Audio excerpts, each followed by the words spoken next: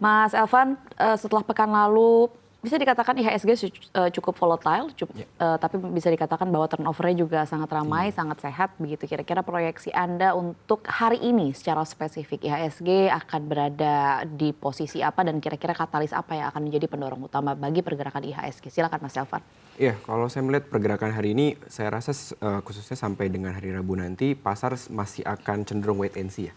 Karena kalau kita lihat memang di hari Selasa dan juga Rabu nanti akan ada rapat Dewan Gubernur, yang mana di hari Rabu biasanya akan diputuskan mengenai arah kebijakan moneter dari Bank Indonesia, yang mana itu akan sangat mempengaruhi daripada pergerakan pasar keuangan tanah air, baik itu saham, obligasi dan juga di SRBI kita. Jadi memang pelaku pasar hari ini masih akan wait and see, menunggu daripada rilis keputusan daripada suku bunga BI. Dan kalau saya melihat secara teknikal memang IHSG kita kan bergerak setelah menembus level all time high di 8.700-an.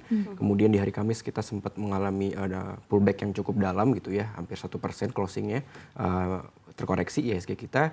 Dan dari situ kita bisa melihat ini membuat INX kita bergerak di rentang harga 8.700-an sampai 8.600. Dan kalau saya melihat memang bila IHSG kita masih seiring dengan wait and see pelaku pasar, jadi masih sangat possible untuk pergerakan IHSG itu cenderung lebih ke arah sideway ya, sampai menantikan nanti hasil daripada RDG BI di hari Rabu. Jadi kurang lebih ya seperti itu ya proyeksi saya. Oke, dengan banyaknya sentimen di minggu ini, yang paling menentukan itu ada, kalau kita lihat aliran dana asing, big banks atau komoditas yang paling dominan untuk menggerakkan minggu ini. Ya, kalau saya melihat berkaca ke perdagangan di pekan-pekan sebelumnya, memang saat ini kan pasar lebih digerakkan oleh saham-saham tertentu ya, di luar daripada big banks dan juga big cap seperti di LQ45 seperti itu. Dan kalau kita melihat memang khususnya di pekan lalu saham-saham dari emiten konglomerasi milik Bakri kan lagi sangat perform, dan itu yang sangat mendongkrak daripada kenaikan IHSG kita. Dan juga harusnya dengan kondisi tersebut di saat emiten-emiten seperti perbankan yang lagi underperform dan juga emiten-emiten big caps lainnya yang belum memiliki inflow. Jadi memang kita masih sangat bergantung pada pergerakan emiten-emiten konglomerasi, terutama Bakri belakangan ini. Dan arah ke depannya apabila emiten-emiten Bakri ini misalkan mengalami koreksi, tentu itu akan berimbas cukup besar pada IHSG kita juga. Jadi memang kita akan melihat pergerakan ke depan bagaimana aksi daripada emiten-emiten konglomerasi ini bergerak, yang sangat mungkin implikasinya pada pergerakan dari IHSG kita. Oke, itu tadi berkaitan dengan makro yang menarik untuk dicermati. Per hari ini ada regulasi baru ya, Mas Elvan, yang diterapkan oleh Bursa Efek Indonesia, yaitu namanya non-cancellation period, yang merupakan periode tertentu pada sesi pre-opening dan pre-closing, di mana pesanan jual dan beli yang masuk ke sistem perdagangan BEI tidak dapat diubah maupun dibatalkan. Mungkin boleh dijelaskan kira-kira dari aturan non-cancellation oleh Bursa Efek Indonesia ini latar belakangnya apa? Dan kira-kira efeknya bagi para investor seperti apa? Silakan Mas Elvan. Ya, kalau kita melihat aturan baru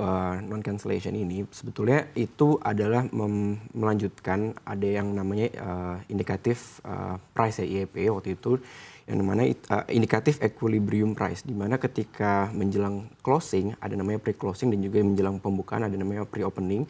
Itu biasanya ada harga IEP itu tadi ya, indikatif price-nya. Nah, biasanya sebelum dengan adanya aturan ini, pelaku pasar itu bisa menaruh bid ya, atau penawaran dengan harga mau mereka dengan jumlah sebanyak yang mereka mau, dan nanti itu akan membentuk harga IEP-nya. Jadi pasar itu akan melihat nanti di pre-opening dan pre-closing di sebelum-sebelumnya harga itu terbentuk di berapa, walaupun belum match.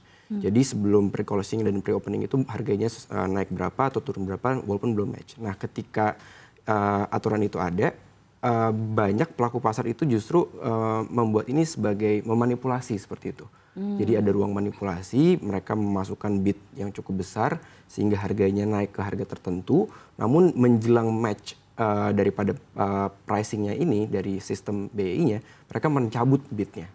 Sehingga price-nya itu berubah lagi. Dan ketika itu kan membuat pelaku pasar yang melihat, tadinya awalnya IEP-nya naik sekian nih atau turun sekian. Itu kan membuat adanya Ekspektasi. semacam seperti itu, sehingga ketika itu dicabut berubah lagi. Jadi itu membuat pasar ini jadi bisa dibilang agak terkecoh seperti itu. Nah, dengan aturan baru dari BEI tentu ini akan mengurangi aktivitas semacam itu ya, pergerakan yang semu yang dimainkan seperti itu, sehingga pelaku pasar bisa lebih jelas untuk melihat harganya. Jadi ketika harga baru nanti 4 menit sebelum closing itu mereka sudah tidak bisa cabut bid lagi. Jadi seperti itu. Oke, tapi kalau secara praktis, kalau kita lihat aturan ini akan mengubah perilaku trader seperti apa? Lebih hati-hati terhadap order, atau memang sebaliknya mengurangi likuiditas? Kalau masalah likuiditas, saya merasa tidak ada masalah dengan likuiditas pasar ya daripada aturan ini. Hanya saja itu tadi lebih ke arah sebetulnya ini sangat positif bagi para pelaku pasar khususnya untuk retail, yang mereka sehingga tidak bisa lagi terkecoh ya akan adanya permainan daripada ini kan biasa dimainkan oleh big fund, institusi besar untuk ya mereka mengecoh seperti itu pergerakan retail. Jadi hal ini tentunya sangat positif bagi kita retail untuk terhindar daripada adanya aksi-aksi yang seperti itu. Ada sektor atau saham yang terdampak, misalnya saham gorengan atau... Ya tentu saham gorengan pasti akan sangat terdampak ya. Pertanyaan saya selanjutnya sebenarnya paling berpengaruh pasti yang berkapitalisasi kecil. Betul, yang market cap yang sedikit, gitu ya? yang market cap kecil, saham-saham gorengan yang biasanya digerakkan oleh segelintir orang aja yang mereka yaitu memainkan pasar seperti itu. Jadi memang aktivitas tersebut bisa sedikit diredam dan investor retail ini bisa sedikit lebih aman seperti itu daripada aksi-aksi tersebut. Lebih fair ya? Betul, lebih fair. Berarti bisa dikatakan bahwa memang pada saat ini Bursa Efek Indonesia sedang mendorong investor retail dan sebenarnya secara general juga supaya memang pergerakan atau dinamika yang terjadi di pasar saham kita kembali ke fundamental.